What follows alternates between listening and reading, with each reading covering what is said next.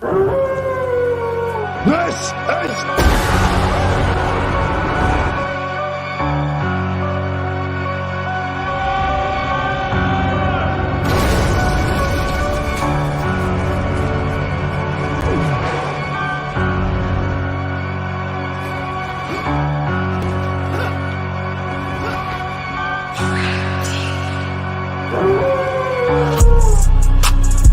of the style of the opponent or whatever. They learned that push on the chin of the challenger. Combination.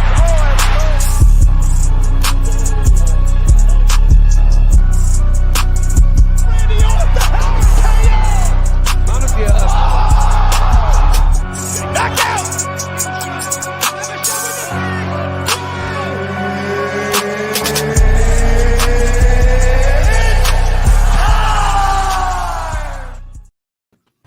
What's up, everybody? Welcome to Combat T.P.C. I am your host, Filthy Phil. We got Two Belt Tony and my man Cade Morehouse.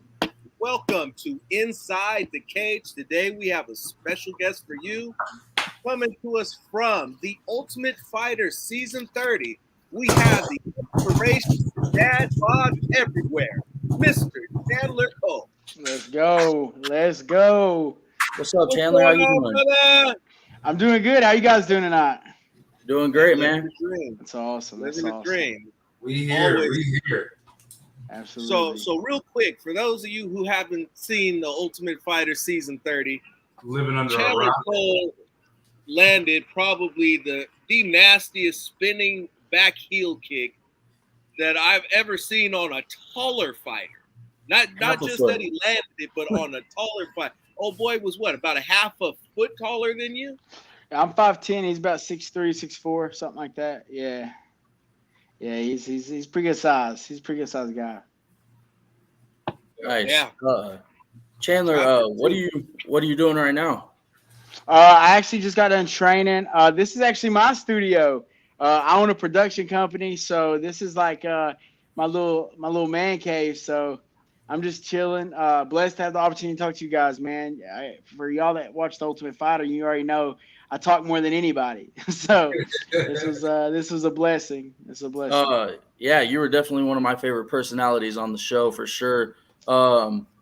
Before we get into that, though, I kind of wanted to ask you, like, how did you get into your journey of MMA? How did you become? How did MMA interest you? So when I was in high school, there was I actually got to take it back farther than that. So we had some local shows back home, and when I was 13 years old, I remember my friend's dad was fighting, and I had to go, because they done a lot for me, and I stayed the night with them all the time. And he was fighting for a belt, and me, I'm a huge wrestling fan, huge WWE fan, and when I seen that, he won that belt and he had it in the air, I was like, man, like, I don't know how I'm gonna do it. I don't know how I'm gonna do it, but I'm gonna win a belt. Like, I'm gonna win a title, because to me that was just like the most awesome thing that I could do. And a couple years later, that same guy told me that his kids were signing up for wrestling. And I was like, well, I'm signing up. I want to body slam people. I want to suplex people. And then when I got there, it wasn't what I thought it was gonna be. And I was like, man, I ain't wearing these singlets. They look a little different. And when you're a kid, man, you already got a lot of self-conscious because you go around telling all these fibs and stuff. And I was like, man, ain't no one seen me in these tights. And I finally, we went to my first wrestling match, man, and I ended up wearing it. I remember I was like, yo, coach, you got the extra one? And I threw it on. And I was like, man, Kurt Angle wears it. Why can't I? And so I started wearing it, man. And I was just wrestling. And I got to my senior year, and it was right before state. And I was ranked number 1 in the state at the time. And practice wasn't enough. I had to put the extra work, and I had to. So the only place I knew to do that was to go to the MMA gym and be like, hey, guys, I only wrestle, but I would love to wrestle with you guys, get some work in. So I would go to practice, I'd double up, go to MMA practices, wrestle those guys, and they would practice with me. And it got to about, I ended up not winning, but I still was going to college and wrestle. I was going to go to college wrestle. And I still wrestled with those guys, and it was all summer long. And this dude sent me a message, was like, "Hey man, you want to fight this MMA fight in about 2.5 weeks?" And I was like, "Well, who's the guy?" And he sent me a picture, and I said, "I know I can kick his ass for sure."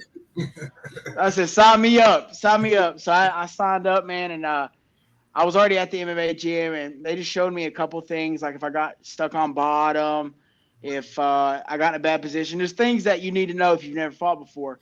And I went in there, man, and just me taking them down, transitioning, doing all my wrestling and stuff, it just all felt natural. And I didn't know when I was going to start fighting again, but I knew after college I wanted to fight. And I went there for about a year and came home, had some family issues. My grandmother was she had been fighting cancer for a long time, and I could just see it when I got home. She looked so much different than what she looked like when I left. And I just had to make that choice, because I told myself, I said, I don't want to be away if she was to pass away. I would hate to not get to tell her those last words. And I came home, and about a year later, she ended up passing away. And it was tough. And I mean, it literally was like one of the hardest times of my life. But because I was fighting through all that, it kind of gave me some like motivation because I was watching her fight the battle of life. So I was just doing a sport, man. But this lady was really fighting for her life. And ever since then, man, it's kind of been like therapeutic for me because, there's a lot of stuff I left off the show, man, but this life ain't always been easy. And, but because I always find myself on the other side, no matter how many times it rains, I always find the sun shining. So, this is real therapeutic for me. So I use this as like a real way to like get through life and just love and be positive and to show people like, hey, if this poor ass kid from Coburn, Virginia, I know y'all don't know where that's at, Coburn, Virginia, man. I got an idea about Coburn. What you got an idea about? Man, I know you the Hammer, but it's like you Mr. AKA I-95 Live. I understand Virginia. I hung out in Mechanicsville for a little bit, and hung out around there a little bit. So I got a little bit of understanding of Virginia and how it is out there. Down in the sticks, man, it's nothing. I got 1,950 people in my town. And, none at all. And man, I'm one of one. My coaches were good. And I've been so blessed for them to guide me. But man, they were good fighters, great coaches, better coaches. I mean, they've really put their time into me. And I just want to be able to show that next kid, man, that grows up around, the slums and the drugs, and you see all those things. I want them to know, like, hey, it doesn't have to always be like that. It don't have to be like that. You can do anything you want in this life. Like, and this weekend was a real eye opener. I went to UFC 277, man. I didn't think anyone was gonna recognize me. And dude, when I tell you I'm the most blessed person on this planet, I would go toe to toe with anybody because my wealth doesn't come from money. My wealth comes from experiences. And this weekend was one for the ages, dude. And it's crazy. And your coach, hell of a performance, dude. Dominant performance. Yeah. Hats off to Juliana. She is tough, but that was a world-class performance that you got to sit and watch live. Man, I don't know about y'all, but there's not many MMA fights where you get and I don't know if it's documented, but I'm pretty sure that round 2 was a 10-7 round on one of the judges' scorecards. Yeah. I've never heard of it. She got dropped 3 or 4 times in that round. Three times, man. And it was like that southpaw stance changed the whole game. It really did. And because she wasn't using the southpaw like a normal southpaw fighter. She was using it to catch her off guard with that right hook. And she threw like an overhand. She threw like an overhand right. Juliana wasn't seeing that at all the whole fight. I mean, she the lead one too. And I think that's so it kind of really throws you off. It's like, the lead hand, you would think that's the setup, but no, that's where the business. And I think that's what set up the ground game. Ultimately, she had Juliana so off balance that it set up her takedowns in the later rounds. I agree with you. Switching stances threw her in a loop, and she just didn't know. She didn't have an answer for it. Since we're on that subject, I did want to ask because I saw the headline that said you and her a disagreement on how you're going to approach the next fight because you had the injury.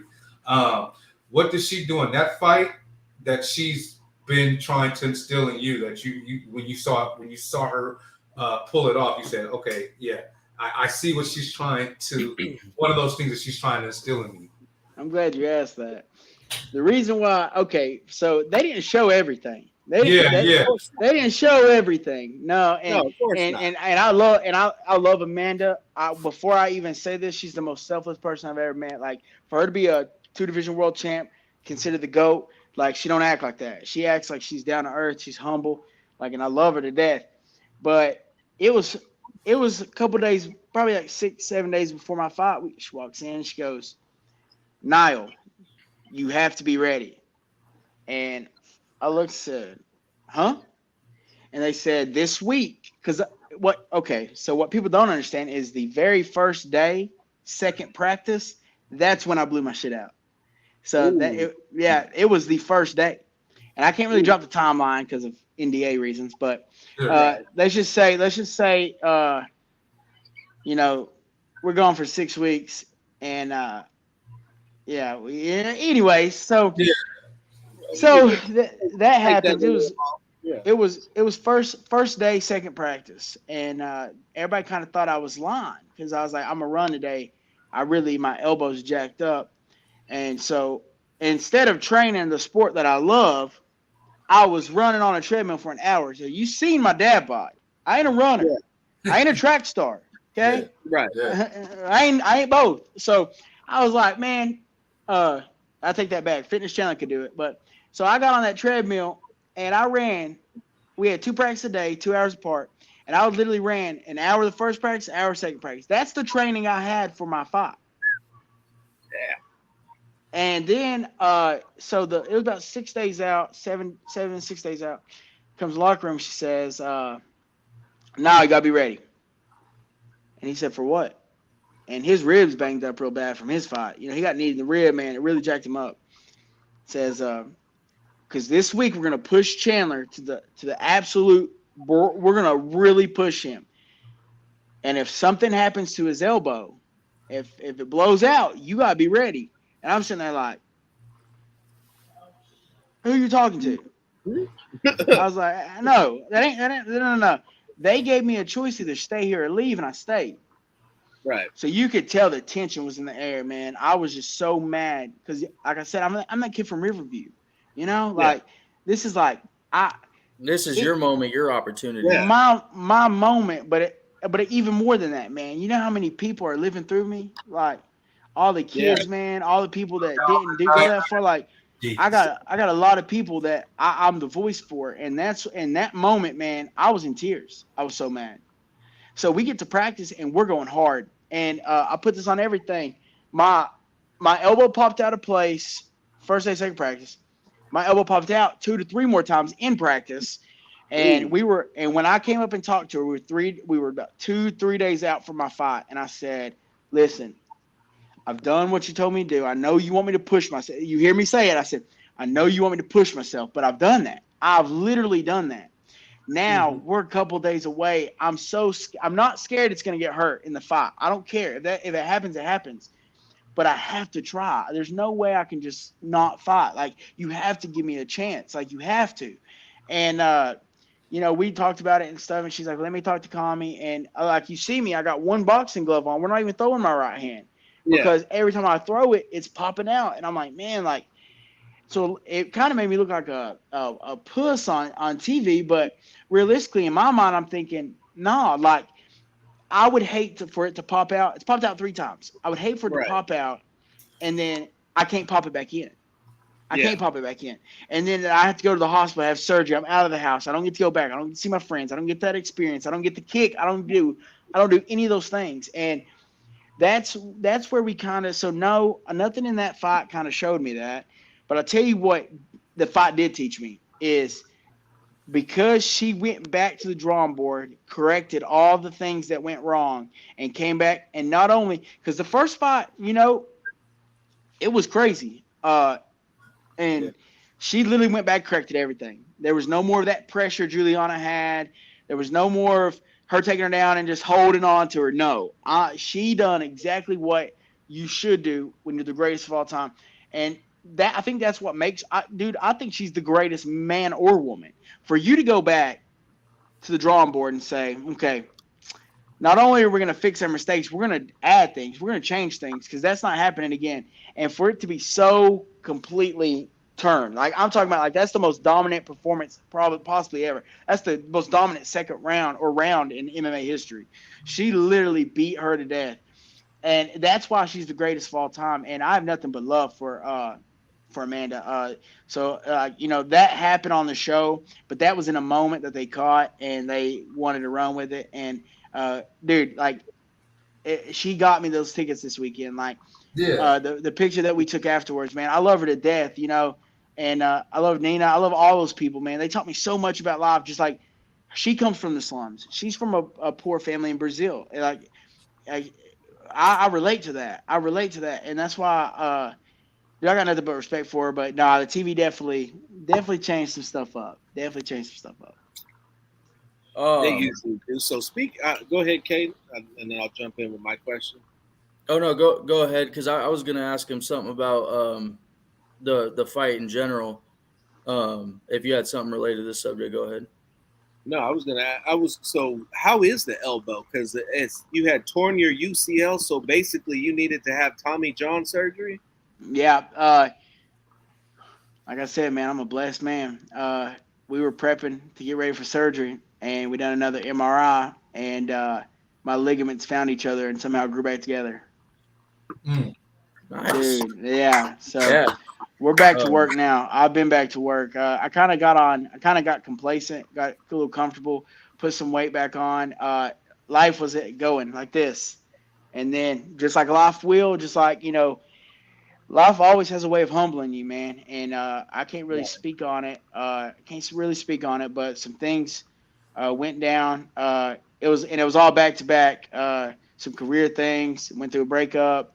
Had my daughter confused on the girl. Like, just a lot of things happened back to back, man, and it humbled me. And I got back and I told myself, I remember I was sitting on my chair in my room, and I was like, you need to be reminded. This is a good reminder for you that life don't. You've never grown off of good times. You've always grown through adversity. So I actually got a tattoo on the back of my ear, man, of a lightning bolt, and a lot of people's been asking me. And I was gonna keep it to myself because it's like my little thing. But if I've went through a lot of storms, but I've went through a lot of storms. I got through it, and that's like a little lightning bolt. That's my little meaning, man. Is because I've had the storm. I heard Icky Johnson say, the storm's not designed for you to be the same person you was when you come out of it, and that's exactly how I look at it. Is and everybody thinks, you're supposed to have it all figured out. Everybody thinks I got it figured out because of what I do. And I'm like, man, I face the same trials, the same tribulations as you. I'm no better than no man. But the one thing that I got that a lot of people don't, and a lot of people want to dwell on, is when life hits those big thunderstorms, man, I find a way to get through it. So I always get through the storm. And that's and just like my elbow, man, like I said, I'm blessed, man. And I'm back to work. And we're going to get through it. I got complacent. That won't happen again. That's big for somebody in, what you do. Being able to handle and face adversity and get through it. Because ultimately, the ones that can do that are the ones that make it. So I'm blessed, man. I got to remind myself sometimes. This weekend was a good reminder, man. I didn't know. Back home, everybody knows who I am, so I didn't think nothing of it. People see me out in the store. How you doing, Chandler? Things like that. But I didn't realize how many people actually watched the show and how many. I saw you, man. Alexander Volkanovski to everyone, man. You were in all sorts of pictures with almost the whole card, dude. And like the fans, like that's just like it blew my, and like the UFC fighters were good, man, but they got their own story, and they're in the same position that I want to be in. So it's not even them, man. It's like I'm out here for the people that buy the tickets, the fans. I'm the people's champ. I got this belt made one day, and it's my Team Code logo, and it's the Team Code People's Champ because no joke, Like, I am the people's champ. Like, I'm out here. Some guy That's told me, he dope. said, Oh, Hold man. on, closer to the camera. Yeah. Yeah, we gotta see the belt. You wasn't just gonna pull up the belt and not let me see it up People's close. champ, man. People's champ. Look. The Man, where's people's the champ. merch, man? I need a That's shirt. clean, man. That's I need it. clean. Well, if I didn't buy, Order well, I bought it off some guy named Muhammad out of Pakistan, man. He took forever getting it, man. So if I could ever find someone close by to manufacture them, it's getting done. But Yeah. Muhammad, he screwed me. I'll tell you right now, I ain't never going through him again. He messed me the other day. You need any belts? You need any belts? I said, not from you. I ain't never working with you again, man. But no, the best feeling in the world, man, is connecting with people, and that's why I've never, if I get a message on Instagram, I message them back. Anything, and you know, one day I wanted to get so big that like I got to go through like, oh God Almighty, dude, I can't message all these people back because I'll message as many as I can because there was a time that I was that guy, and like I said, I'm not statistically speaking, like where I'm from, this ain't supposed to happen, but I broke the statistics and I'm here, and I'm going to continue just to keep pushing forward and keep being the people's champ. And, you know, this weekend was awesome. I probably took over 1,000 pictures with fans, and that was like, for That's me, awesome. small town guy, dude, it hit the right spot. Chandler, I wanted to ask you a question about your fight. I'm a fan. I'm not in the cage. I'm not a judge, even though I like to seem like I'm one. But I've been watching the sport since I could remember. And when I watched your fight, I don't know about a lot of people, but I had a 2-0. I didn't think that you needed to go to a third round. I didn't think I don't know, and it's great to have you here now so I can ask you, but when you went to that third round and you guys started getting into some of those exchanges, how much did that elbow actually affect you? Because in the first two rounds, I thought it was a 2-0, and I think a lot of people saw that. And I mean, the first round, let me tell you, I've been watching the sport a long time. When you get the boss out of his seat for something you did, you did something right. But yeah, I just wanted to know, like, when you guys got into those exchanges in the third round, how much did that elbow affect you? Is that what ultimately hurt you? Because it looked like something had hurt you. Not as bad as my ego, man. To be honest, when they said third round, I was so pissed off, because I thought, you know, you go back and listen to Rick Little in the corner, and he said you have to go finish him. That was a 10-8 round, and he actually told me after the fight, he said, man, he's like, you know, that should have been a 10-8. I hate that happened to you, man, because you're such a good guy, you're such a good kid, man. You got a bright future, and man, when they said third round, that's when the inexperience, man, of being on that stage. Because in my mind, I said, I don't know what I got to do to win this third round, because I just thought I won the second round. So I'd hate to go out here and win this round too and still lose. Like, that would be the worst feeling in the world. So I said, I live by a code. I've been doing this for a long time now. Almost this year makes 9 years. Actually, in 2 days makes 9 years that I took my first MMA fight, and I've always said, "Kill or be killed." I will live on my sword, and I'll be killed by a sword. And I said, I don't think he can bang with me. I really don't. And it was somewhere in those exchanges, man. When we started, like, I don't remember dropping him. I don't remember me taking a shot because I wasn't wrestling because my elbow. I don't remember a lot of that. I don't know when I got hit or what kind of left, but it was like my body went on autopilot. And like, for me to lay there, man, was honestly like embarrassing, because I know what kind of dog I am. And I've said that, you know, you go back and watch any of my fights, like, and I know the internet's gonna say one thing, and you know, and it's, I try not to read that stuff. You know, there was actually a dude that done a thing that says when he's in danger, he turtles up. And then I got on the show and I turtled up, and I was like, wow. Like, because literally it's like 1 second I was banging, next second the ref was like, "Do you know where you're at?" And I was like, "Yeah, I must have just got my ass kicked." Like, and for 2 days I was like, "Man, I can't believe I got knocked out. Like, that's so embarrassing." They were like, "You didn't. Like, he TKO'd you." And I was like, "Yeah, but still, like, if you get dropped, you hit the canvas and they beat you." They was like, "Nah, man, you took a shot." And I said, "Huh?" He's like, "Yeah, man, you tried to take him down." And I was like, "No, I didn't. No, I didn't. I know I didn't. Y'all are messing with me now." And when we went back and watched it, dude, my heart sunk to my stomach. And I was just like, "Dude, I'm so embarrassed. Like, the world has to see me do that. The world has to see me have a great fight and then it end like that." And the only thing that I wish I'd have done is when I dropped him, I wish that I'd have, instead of running over to him and start banging again, I wish that I'd have, because it's one of those things. I don't know if y'all box or if you've ever been hit, but even when you drop them, or even like say you get hit, dude, it could take the last 5 seconds out of your life. Like it doesn't mean the time you got hit that's when it goes away. Like you get hit and it takes a couple seconds. It can take a couple seconds from prior. For you to get back. And the only thing that I'm thinking is, man, is like when I dropped him, I wish that I would have, instead of running to him, I wish that I would have slowly paced myself and just done what I needed to do to win. Because if I finished that round out, yeah, I was tired, but I wasn't gassed. But if I finished that round out, man, then I dropped him and I should win. And it's tough being in that moment and trying to recollect yourself. But I had Amanda, Roger, and all them telling me I won. Fight's over. You did a good job. That a boy, you're a dog. That's what I was talking about. I'm so proud of you. And then third round, we're going to a third.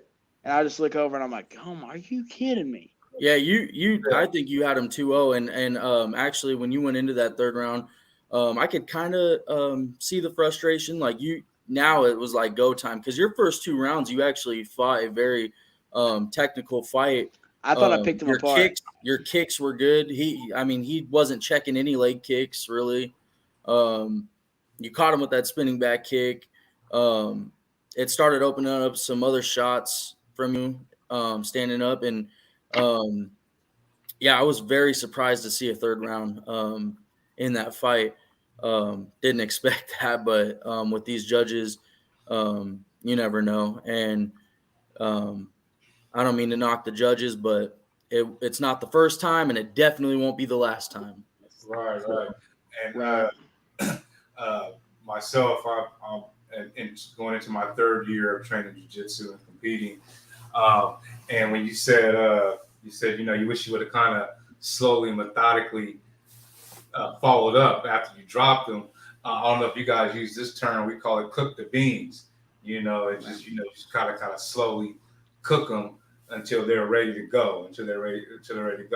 Also, you said you're talking about only thing that was hurt was your ego, and I definitely understand that. I was watching the fight you had with Ante, and it hurt me to see when you went for a takedown, and he ended up taking your back, and I knew you were pissed.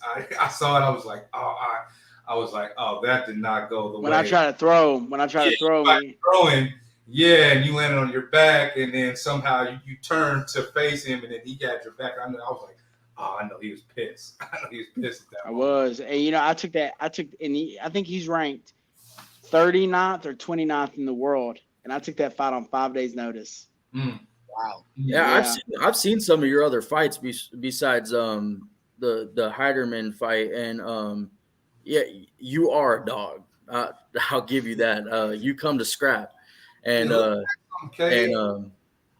I've seen some of it. I've seen what you're capable of, and I think you have a bright future. The end isn't near for Chandler Cole, and I was going to ask you on previous shows, even if they didn't make it to the finale, but the potential was there and stuff. Dana handed out contracts. I mean, how soon can we possibly expect Chandler Cole in the UFC? Or are you planning something else? Or I'm not able to say it. Yeah. Okay. Not able to say it. But in 2018, I went and tried out for the Ultimate Fighter, season 28, and those guys, they asked me, they said, if you don't make it into the Ultimate Fighter, what's the next route into getting into the UFC? And I literally looked at them. I said, y'all ain't got to pick me. There's a lot of good guys out there. You ain't got to pick me. But I said, y'all mother effers are gonna see me sooner or later. Y'all can't hide from me. The UFC's my home. I may not be there yet, but I'm gonna be there. That's my destiny. You don't see guys, and realistically, like a lot of people had stuff to say about my weight and stuff, but they have no idea what they're talking about because they didn't see me when I was 330 pounds and decided to quit fighting. They didn't see me when I was sitting in my room like crying because I was not content with life.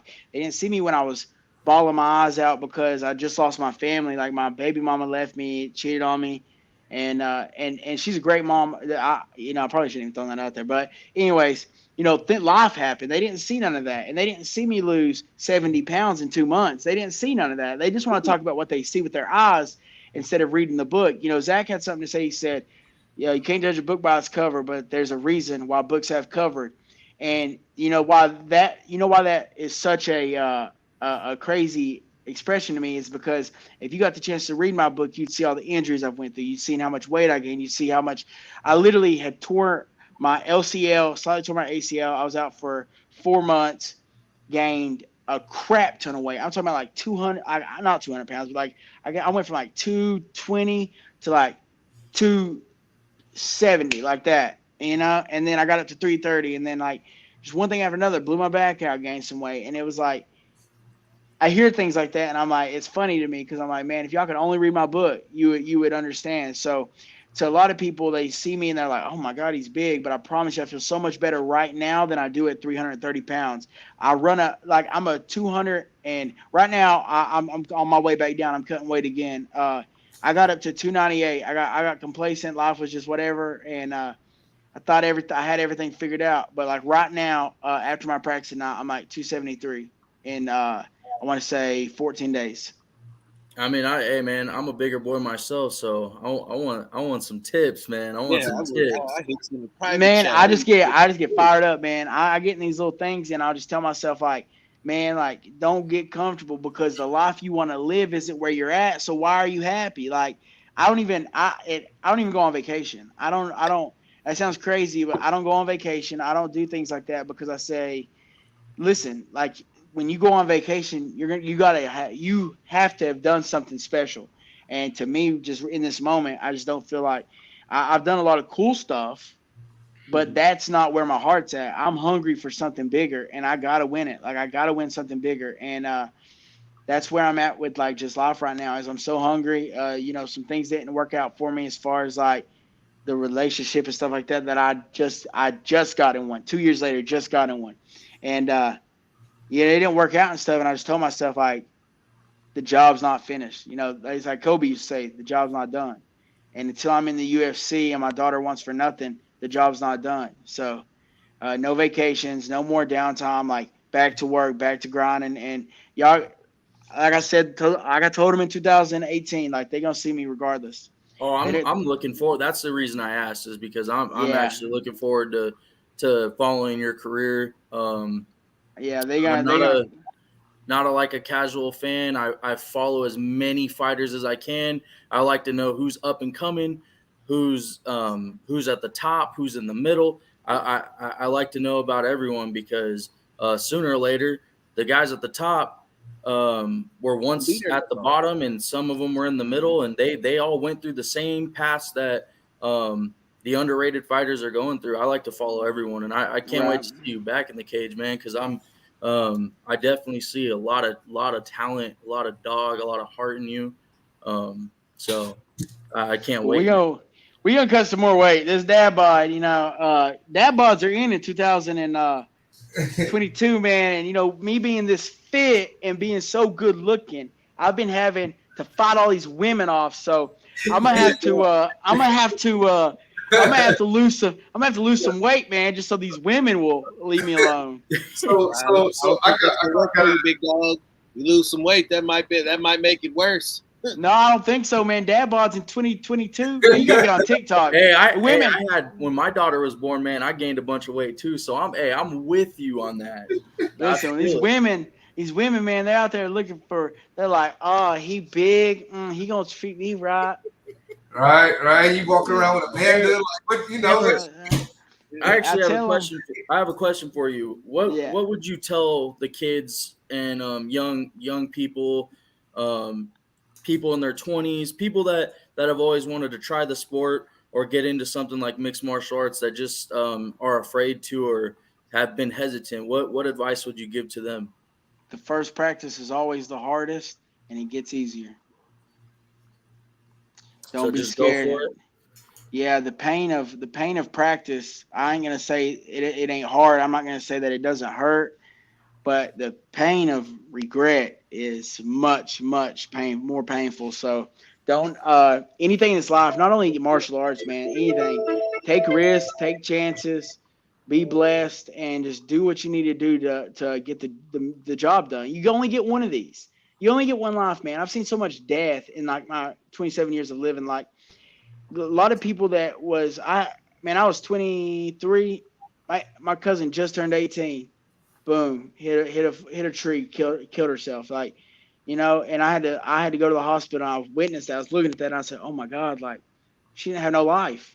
I've been blessed to have lived 27 years, and I'm only if it's God's will, hopefully I'll live another 50 years, and if not, like I just want to make sure to be able to leave behind like a lot of my messages and stuff that I do say, and a lot of the stuff I preach about because I'm very passionate about it, and I know that I'm meant to do great things, man, and that's why I tell myself every day like go to the gym, go work hard, go do this, go do that, and yeah, man, anything in life. I don't care if you want to be the best bag boy at a grocery store. Like, make sure you do that to the best of your ability, and you do everything in your power to put yourself in the position to be the best. So Yeah, Grant. I listened to a podcast named Grant Cardone, the 10-time rule, I think it's called, and he basically said the same thing. I don't care if you want to go flip burgers, you flip the burger the best way possible, and just do everything 110% or more. always. So, but I gotta ask you, some people from the show are coming up, fighting this week. What do you got on that? The girl fight's gonna be good. The girl fight's gonna be really good. Juju Miller, man, she impressed me. Juju has proved that she's a dog, but I tell you, here's the weird thing about that fight. Okay, so Juju will literally walk down anything and to get to you. She'll cover herself in gas just to catch you on fire, and she'll walk you down, dude. She don't care to play with hell, and but on the other side, Brogan Walker hits She's good too. Freaking hard, dude. And I don't know. Laura is a great wrestler, man. She shut that completely down. So my question is, can Juju take her down? And if she can't, what problems is Brogan going to give her on the feet? That's the two things, man. And that's going to be a great fight. I can't even pick. I'm Juju actually. She was this big jiu-jitsu fighter on the show, and then she started scrapping, and I'm like, how many right hands is she going to walk through? She didn't care. She'll care. She'll cover herself in gas just to catch you on fire. Herself. Like, exactly. She'll like literally just to get to you, man. She walks like through hell. She reminds me of Justin Gaethje, like a female though. Like she will walk through hell. I see him behind you, yeah. And yeah, that's good. That's a good way to describe her, man. So that fight, the men's fight, I know who's going to win. That's no question. And it's going to be a surprise probably to everybody. But I'm telling you here right now, Zach Paga is going to beat the piss out of Mo. You heard it here first. I know looking at him, it doesn't look like it's real, but it's real. Zach, in his last fight, I'm gonna need you to pick the odds on that fight. I got 100 for you. Hey, Chandler, Zach actually did impress me in his last fight. Mo is a good fighter too. There's a lot of improvement with him, too. Both fighters, but he did impress me in his last fight. He is a dog too. I can't disagree with you on that. But I think Zach's gonna Zach, well, and Zach, I mean, the problem I got with Zach is like he don't give me props, man. We was a tag team on the show. I mean, we double teamed Jordan. I mean, if it ain't for me, does he get the knockout? So I'm just trying to be a part of the Usos, man. He won't let me in, and he won't let me in. Hey, Yeah. I'm a betting man. I like to bet. But I think that parlay of Juju and Zach, man, I think that's the parlay right there. That's what I'm calling right now. I can't bet, man. Because Hey, honest to God, Brogan, I was around her a lot, man. I love that girl to death. I just know I'm a realist as well, man. And I know that this weekend's not gonna be she ain't an easy task for anybody. Yeah. And she's not. But Brogan, realistically, like, she's game. She's game for it, and she's been through this. She's done this before. So in my eyes, man, I'm a watch. If Brogan wins, I'm happy for it. If Juju wins, hey, it's okay, Chandler. You could call for that Team Nunes sweep, bro. You could call for it. Hey, I won't. Hey, I know you could call for it, man. I got a couple questions. I want to just two of them, two solid ones. Okay. First, I want to ask, kind of like, what's some of the things that people don't understand about the business aspect of MMA? And then my second question would be, what is the optimal weight for Chandler Cole at his best? What's the best weight? What is the best look for Chandler Cole? So, some things about the business is you could be the best fighter in the world, and a lot of people that have been great and could have possibly broke the top 15 never made it because they had no type of on the regional scene. If you're not selling tickets, people ain't wanting to watch you fight. And then it's like, if you ain't got any personality, then the big shows don't want you. So it's like, man, you gotta be willing to pay your dues, man. My first fight was $350, and that's $350. And I tell all these people, like, man, about the business, it's like, you gotta be willing to pay your dues, and that doesn't mean go out here and fight King Kong for $700. Like, that means pay your dues, man. A lot of fights you're not going to be making $10,000. It wasn't until my PFL fight that I made 5 figures, dude. And I was like, God almighty, And then I blew that stuff as soon as I got it. I was an idiot, man. But I learned a good lesson. So I learned a good lesson. But no, I'll just say best advice I have just to tell people about the business is pay your dues, man, and pay your dues, and find out what makes you, and then make it times 10. Because slowly but surely, this sport is being. The more the fans we get, the more they don't even realize they're wrestling fans. They don't even know they're wrestling fans. Only thing is it's predetermined. It ain't predetermined, And a lot of times your Ric Flairs can win, and you ain't got no say so in it. And for me, I think my best bet, man, is take some fights at heavyweight. I want to be walking around 235, 240, and I want to be whatever Dana White wants me to be. But of course, the goal is world title. And I think the best bet is 205. I think if I get 205, that's real, because I think I'm super fast. And I think my best attribute is how fast I am right now at my size. If I'm 205, man, I don't see people touching me like that. And agile, it's like I saw you. You were still on balance. It wasn't like you did the kick and regained yourself and then went in. Like, you executed it, and then you were to the next easily. Right. A couple of your fights, I think, that I watched, you were at 235, and I was like, amazing. Wow. This is a problem. Explosion was like, I was like, this dude is just on his ass like a shot. It's like a bear attacking you, man. You're just not getting away, man. You were hitting shots, slamming people. I'm blessed, man. I'm super blessed, and I think that, I haven't always been like that, man. But when I was drilling in high school, I literally went as fast as I can, and somewhere along the way, that fast twitch just picked up, and that's like even me now. and here's the crazy thing, and I tell people this, they don't believe me. You go back and watch any of my fights, man. That's the first time I ever stood up.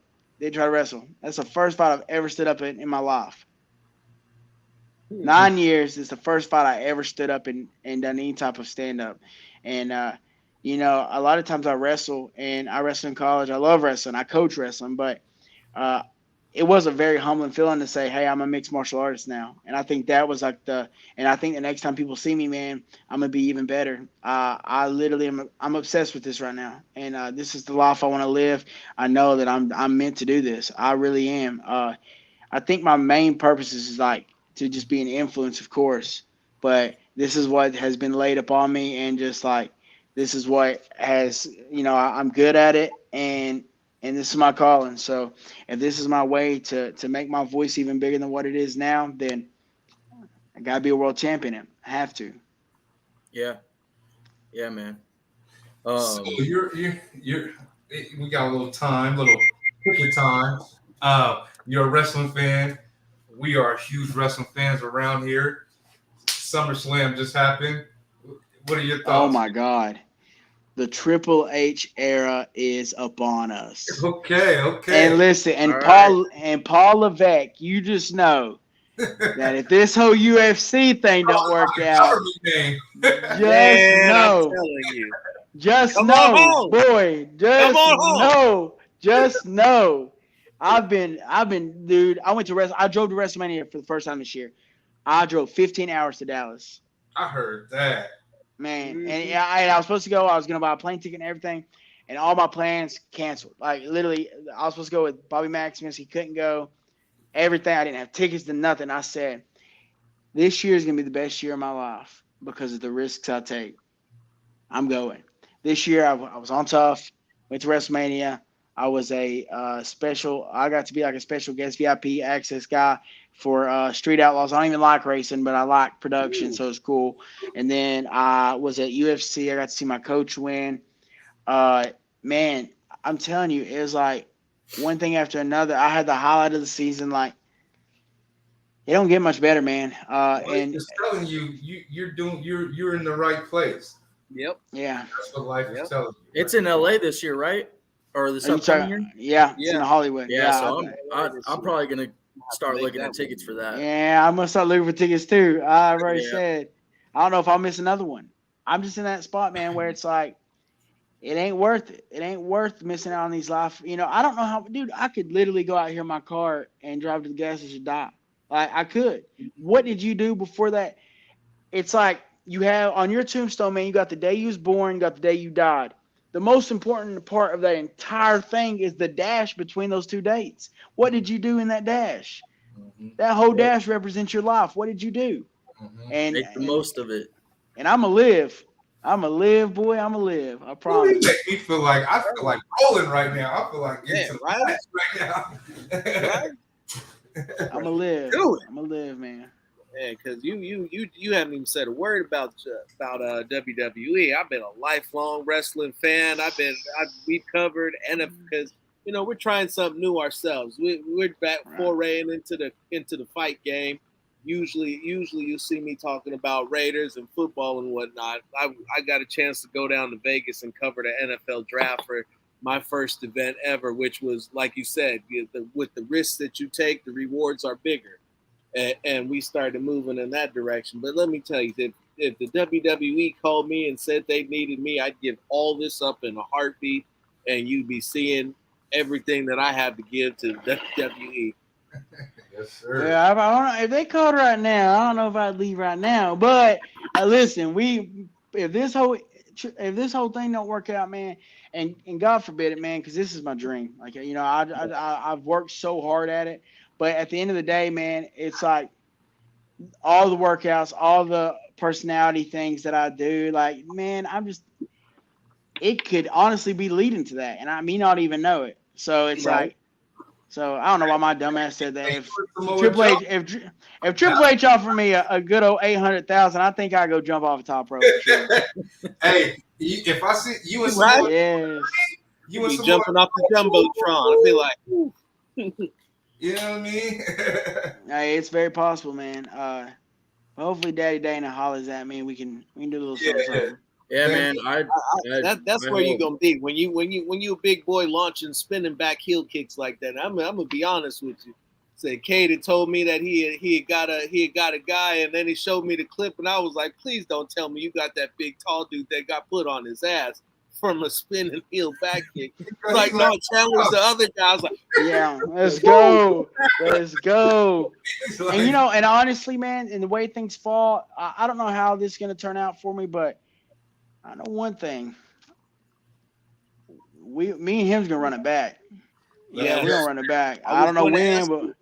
we're gonna run it back. I don't care when. And the reason and my whole reason I dropped it, I didn't care or whatever. But after the fight, man, he posted some stuff and he said, "Send them home crying. Some people ain't meant for this." And bro, for anyone that knows me, man, and in the house, man, I was tore up because I left my daughter. I left my daughter for weeks. I'm talking about a crazy amount of weeks. I didn't get to see her. Dude, I got my phone back. I cried.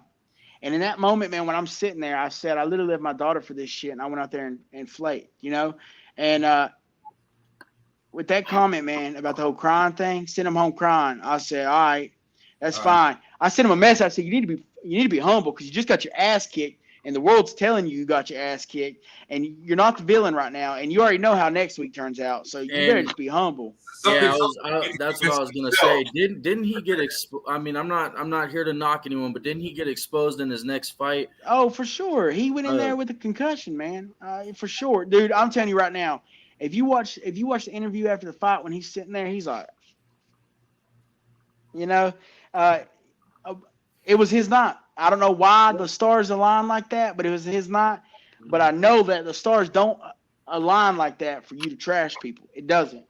Ask Conor McGregor how that turns out. I love Conor. I'm a Conor fan.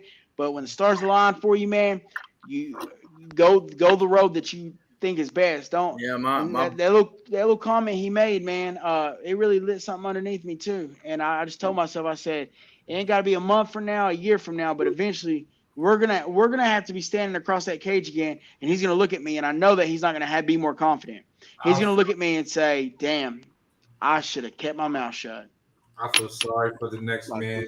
Never come. And that's a lot of motivation behind you. Yeah, that's gonna bring out a different Chandler Cole. Yeah. Oh, whoever's next, man, they're getting it, man. They're getting the best version of me, regardless. They're getting the best version of me, regardless. Fighting's a weird game, man. Weird game. You never know what's gonna happen. But I promise there won't be no excuses. There won't be excuses on why this happened, why that happened. I'm gonna have things right, and my train's going perfect right now. Knock on wood. But if they get me in my best, man, I think I can. I'm world class. I truly believe that. I truly believe when I think I'm world class when I'm healthy, man. I really do. I really do.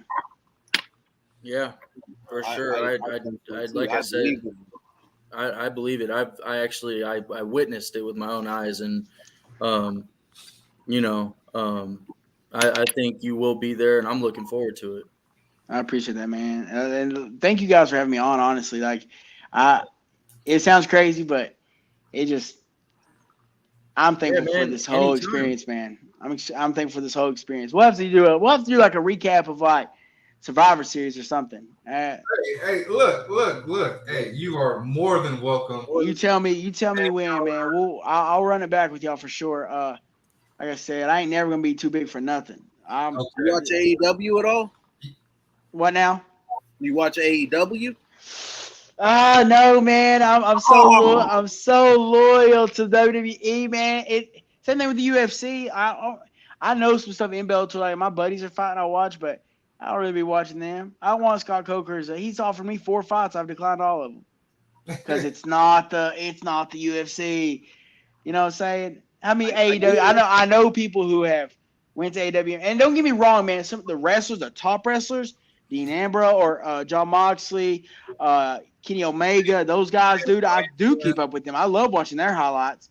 But there's some people that can wrestle in AEW that will never step foot in a WWE ring.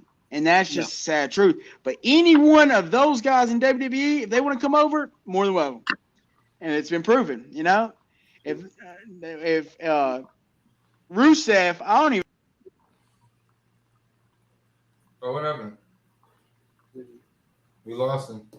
Oh, he timed out. The Redeemer has spoken. lose him? So we'll wait. Yeah, we lost him. So we'll wait for him to come back. Hopefully he'll come back and re pop up on the link. Phone probably died or something like that. But Shoot him an email. ladies and gentlemen, Chandler Cole, Ultimate Fighter Season 30 contestant. For those who haven't seen, this dude laid this guy out. What you remember his name, Cade? I don't. But Jordan Heiderman, yeah, with a spinning back kick. Now our boy Chandler Cole in the fight. Now you heard him say he was up for walking around 273. He was at 265 in the fight, and executed this flawless spinning back heel kick where I was flabbergasted. I don't think in all the years that I've been watching combat sport, one, that's just a kick that a guy that size would never ever even think of attempting to throw. Two, he hit it, he executed it perfectly, and I was stunned that he didn't finish the guy. But like he said, in the heat of the moment, things happen. He rushed him, and me, Tony, you and I have said that before, that when you see a guy go down, instinct takes over, and you end up pressing instead of allowing it to progress naturally.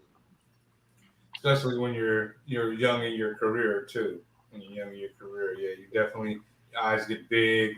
You know what I mean? Deer in headlights, not in a different way where you're going for it. You see the light. It's like, come to the light. You're ready for it. Yeah.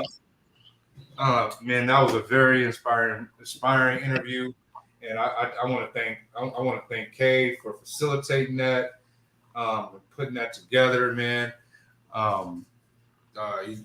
Cade has come on and came on with his hair on fire, the T.P.C. Yeah, man, a good.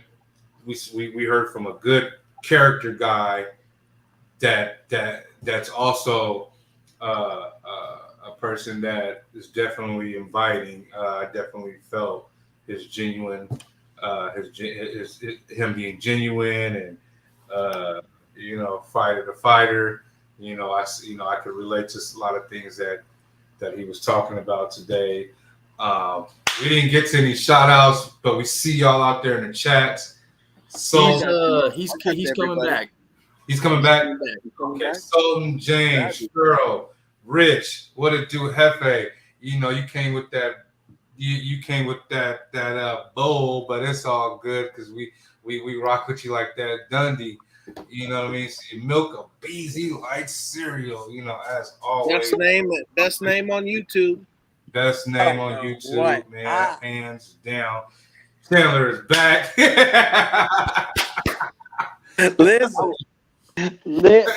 Listen, I don't even know. I don't even know. Somebody choked out the Wi-Fi. No, my phone. I seen my phone was at like 15, and I checked it a second ago, and it was like 14, and then it said off, and I said, "Oh no."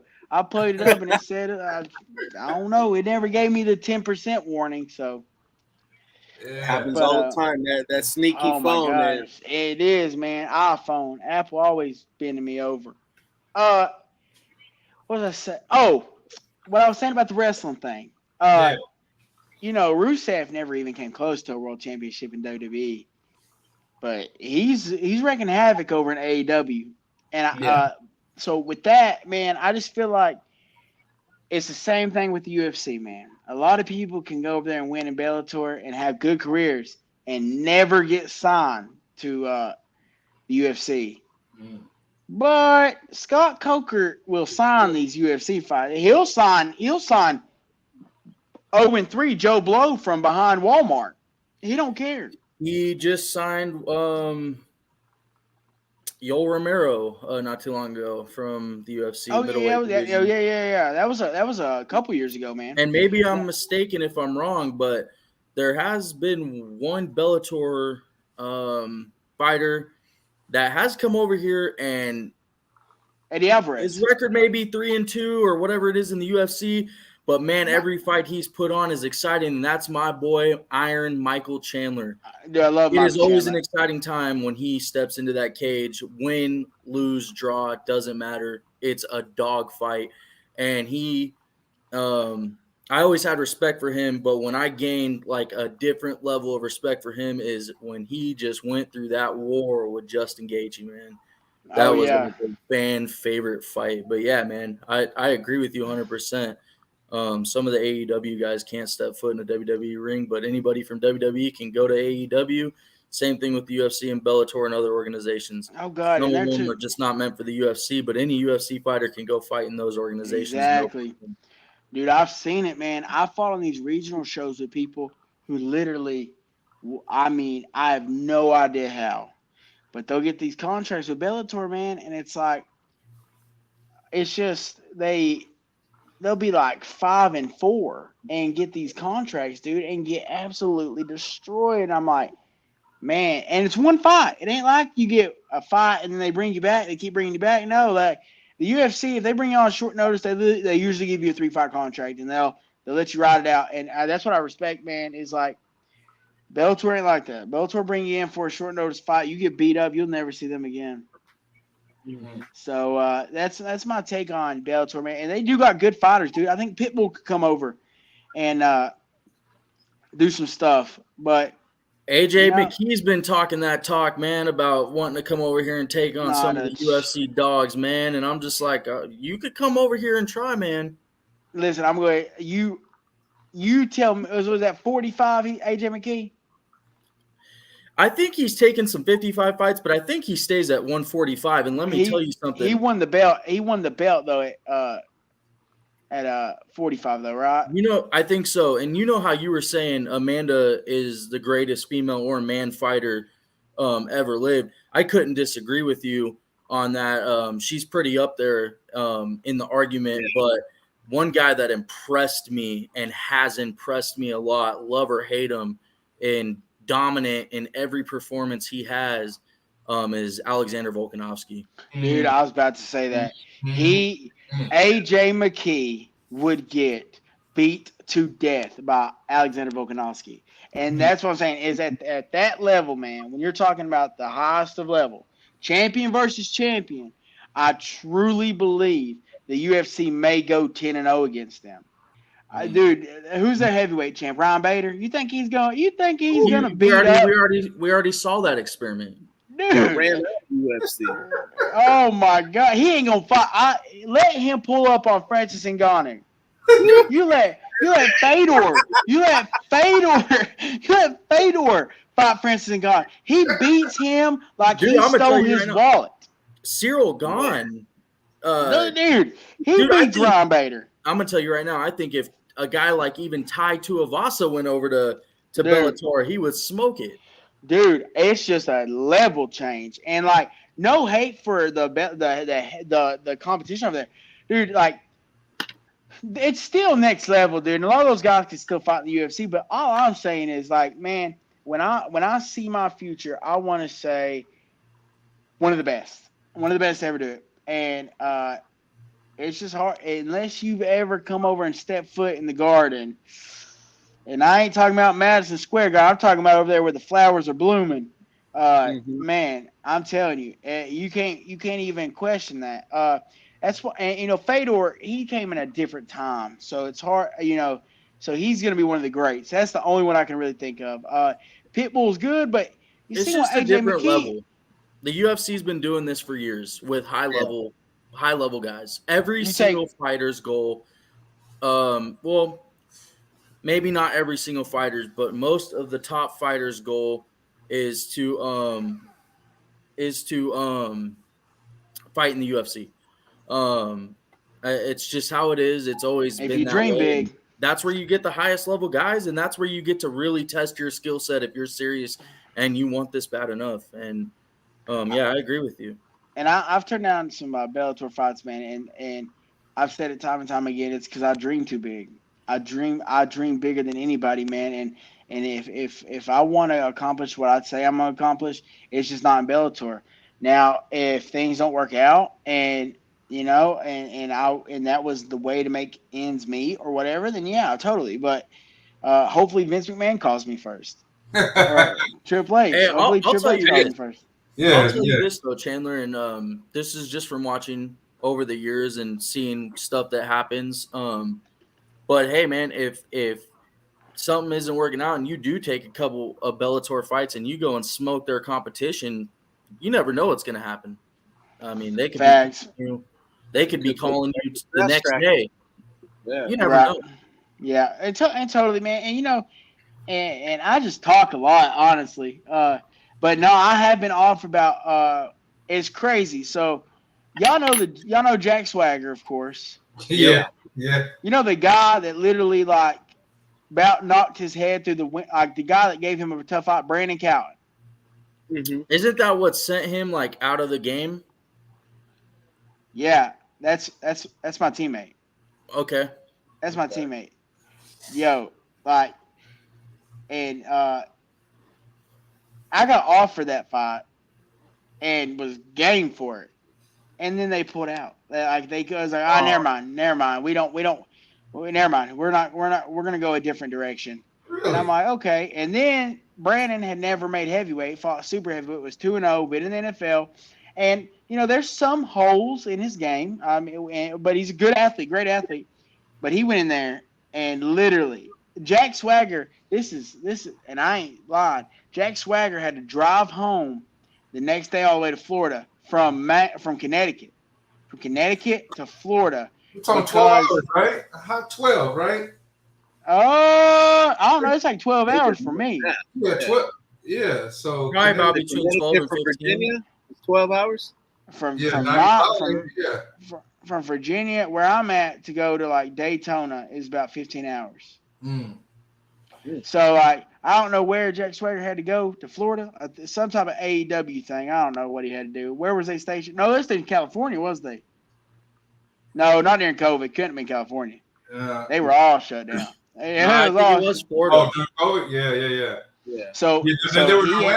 They were in Orlando. Okay, so he had to drive to Orlando. Yeah. He had to drive because he couldn't fly because Brandon had crushed his orbital bone. Ooh. And they were scared for him getting that high in the air and the pressure of the plane ride.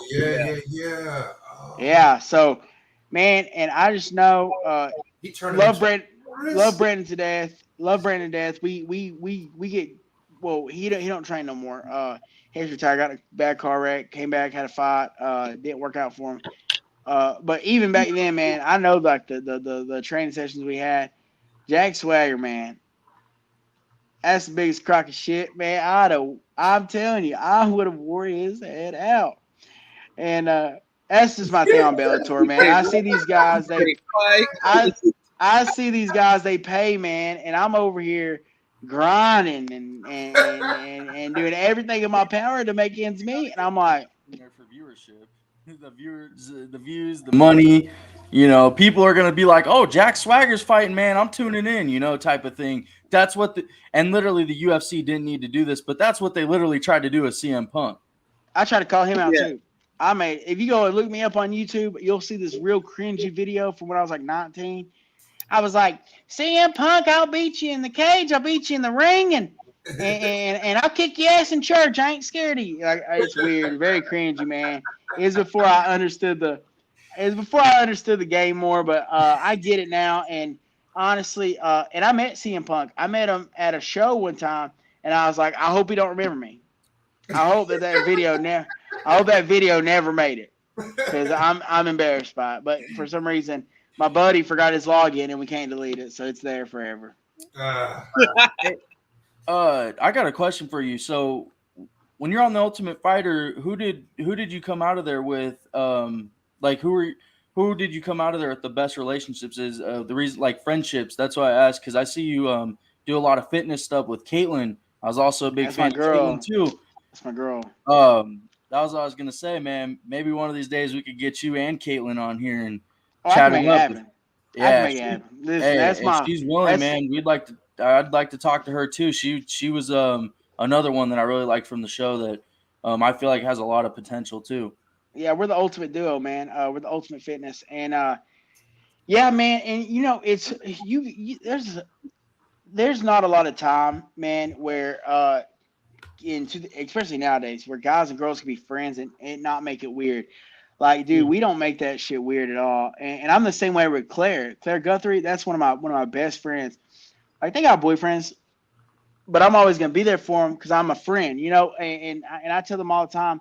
I think in today's times, man, it's like a guy's confidence is so low that when they see a pretty girl, they act like they have to act on it because they may never meet another pretty girl again. I'm like, man, there's 4.2 billion girls out there. I'm telling you, one of them fine honeys are gonna find me very attractive. So, like, man, the relationship I have with them, man, are awesome. They're just super cool. And me and Caitlin do this whole fitness thing, and it's hilarious. And dude, she's just a good person all around. Super sweet.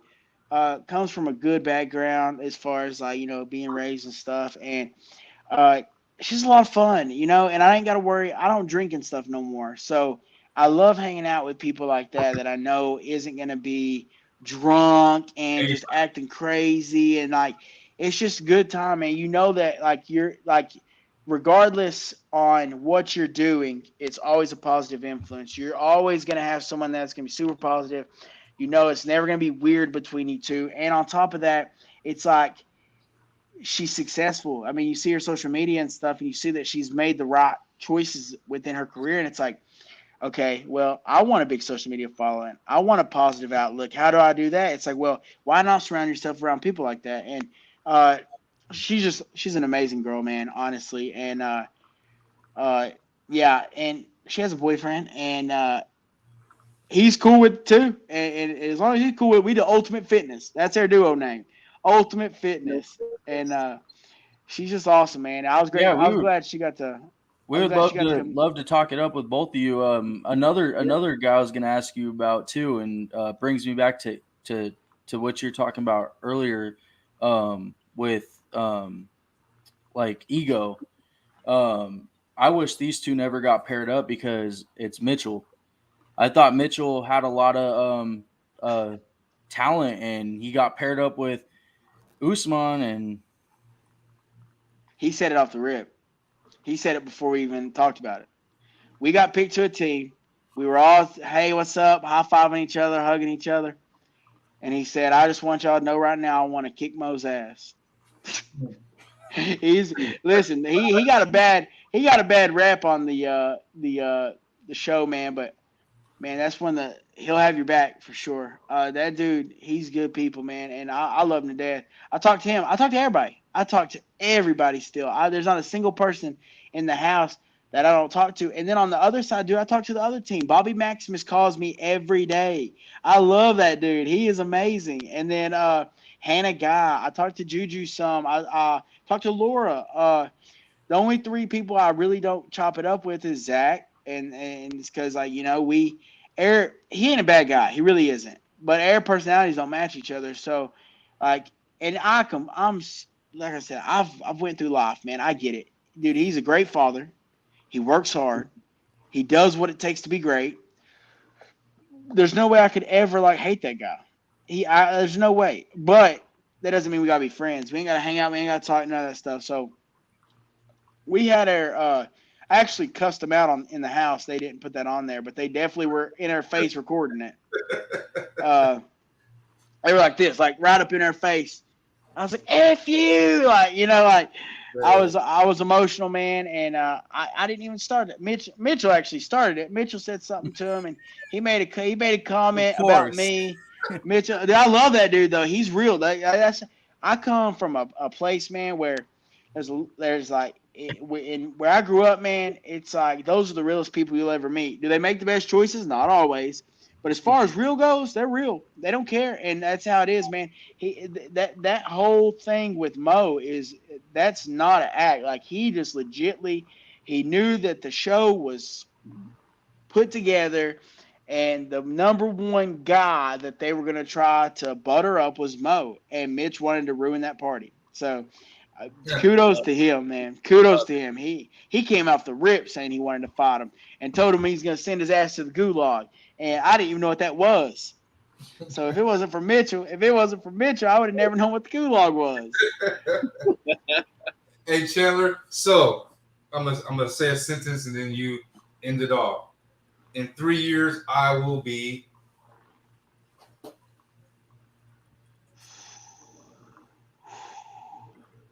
Blessed. There it is. There it is. Even more than I am now. I'm gonna be blessed beyond measures, and a lot farther in life than I am now. And that's where in 3 years, that's where I'm gonna be. So you keep that mentality and that attitude, and you will be. I appreciate that, man. Man, I appreciate it. I want to be authentic. I don't ever want to change. I always want to be the people's champ. And then I'll put my people's champ on this shoulder. I'll put my UFC title on this shoulder, and I'll go home and I'll spend 2 days responding to DMs.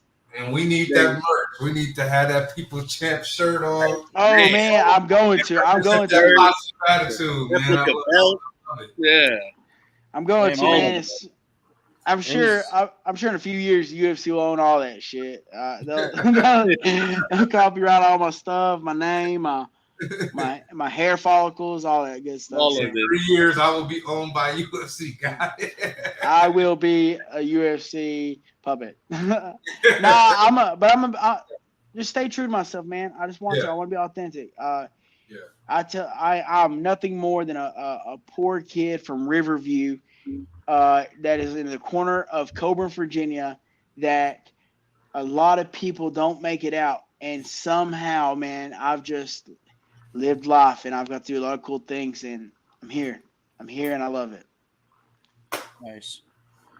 Well, hey Chandler, it was great talking to you, man. Absolutely. It was awesome, man, and we'd love to have you back and bring Caitlin with you. We'd love for to sure. The have Ultimate you guys on Fitness, here, man.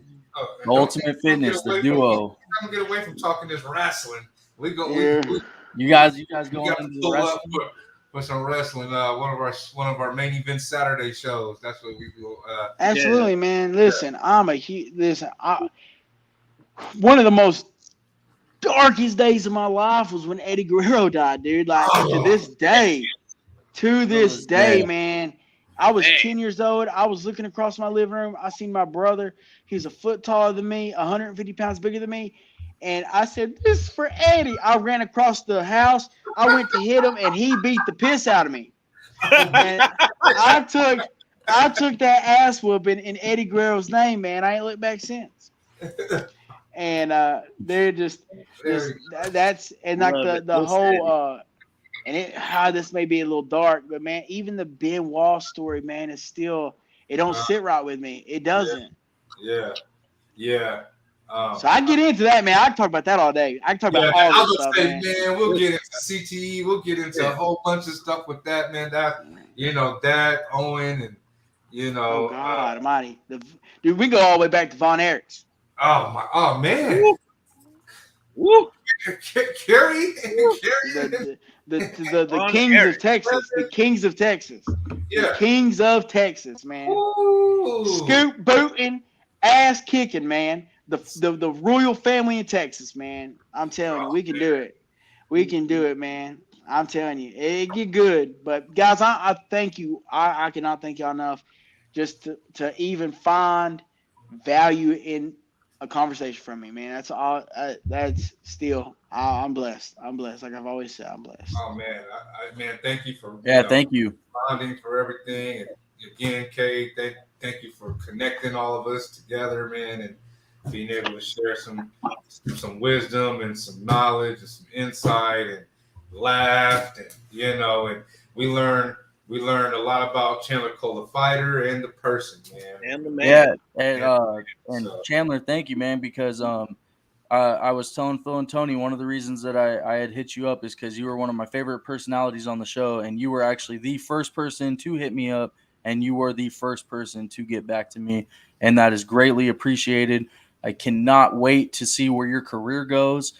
I think you have a bright future, man. A lot of dog, a lot of heart in you. I just cannot wait as a fight fan to see Chandler Cole stepping inside that cage again in the future.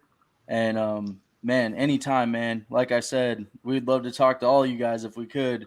From Appreciate the it. stuff, man. So Mo blocked me, so I can't ask him.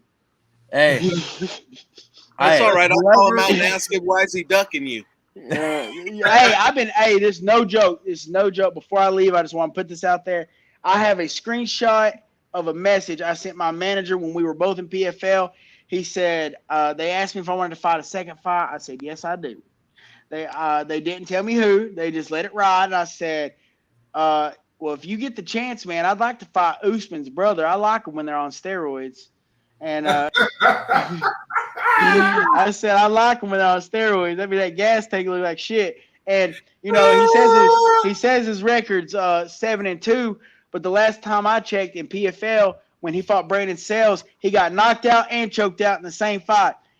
He is big for no reason. He disrespected me too, talking shit on the show. That's why I got beef with him. Okay. There's a video come out when he wanted to come up to me, tell me how much of a dog I was, how much of a warrior I am, all this other stuff. But then a video surfaced. He didn't know I'm a nerd. I go and look at everything. I'll Google Tough 30 and then look through every link.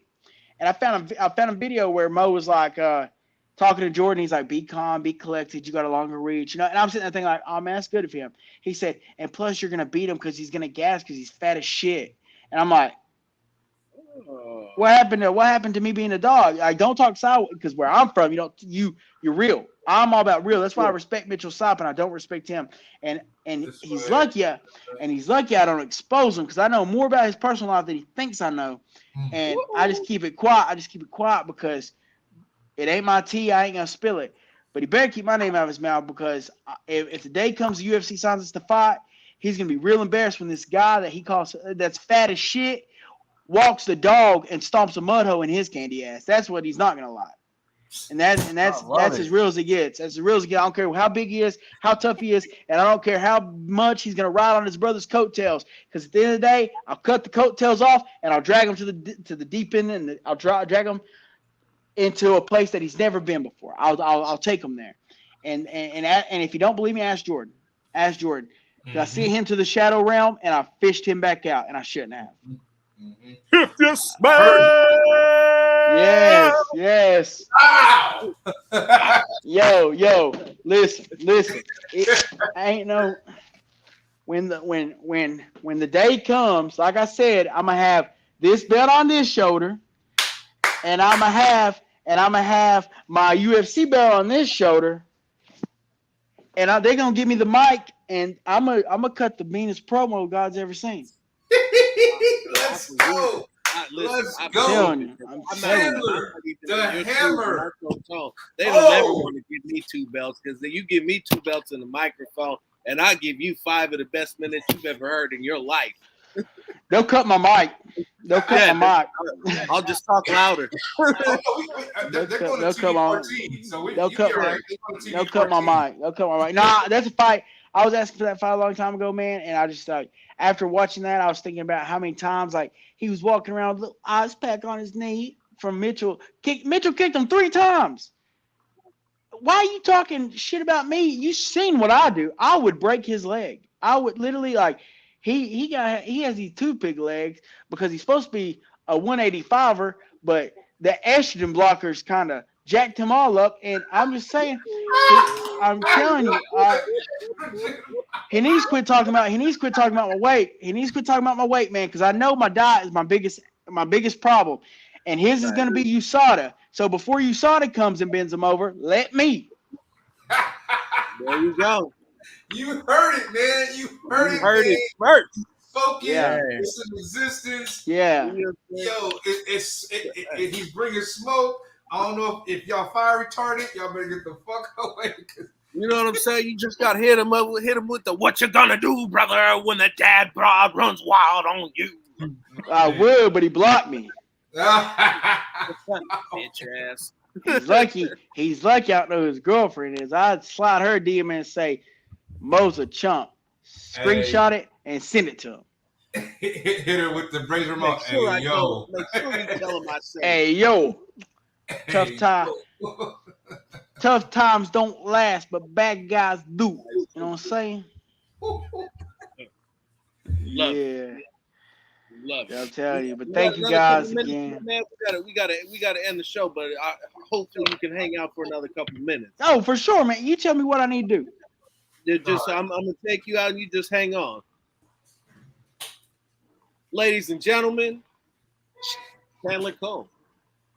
Chandler Cole. One of one.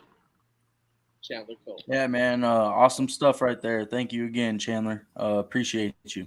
Man, this is what it's all about. So this is how we run it. This is how we started out the gates. Much like him and his calling, this is ours. This is what we do now. This is Sir.